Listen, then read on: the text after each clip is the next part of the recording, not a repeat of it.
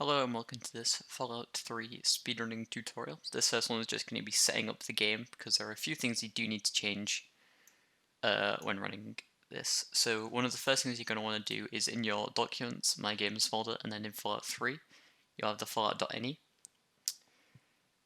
This is basically where you can change a bunch of stuff with how the game interacts and certain paths it'll use. So in here, if you go to around line 90, you'll find B's threaded AI. Going to set this to 1, by default it'll be 0. This helps reduce crashing.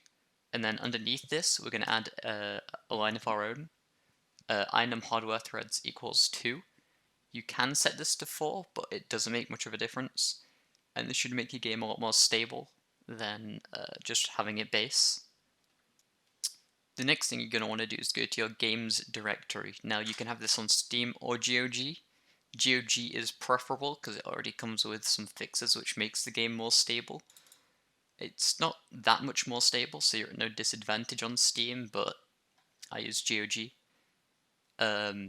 Your directory will look a bit different. For example, you won't have the Gecko or any of these icons on Steam.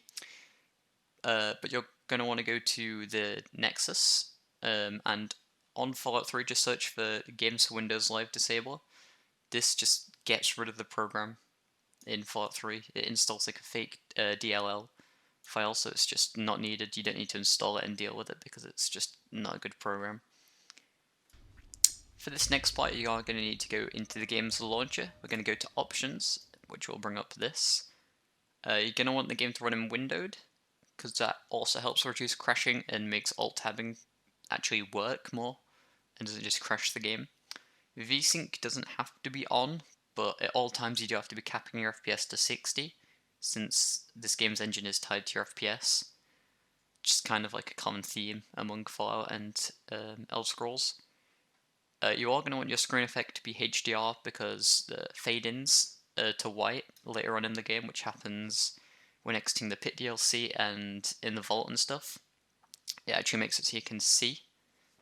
But as for the rest of these settings, you can just keep them as normal.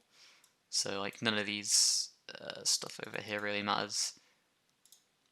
Your data files. So you're going to want to turn most of these off because when you're first running, you're probably doing any percent or bobbleheads or something like that, where you don't need DLCs. So you only need DLCs in all DLCs individual levels or 100%.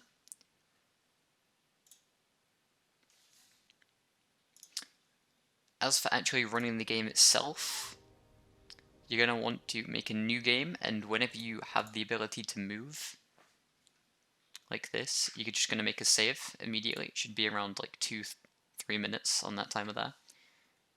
So this is the save you're going to use whenever you start a run. Depending on what category you run, you will use a different save. So for pretty much every category that doesn't involve a DLC, you can be male.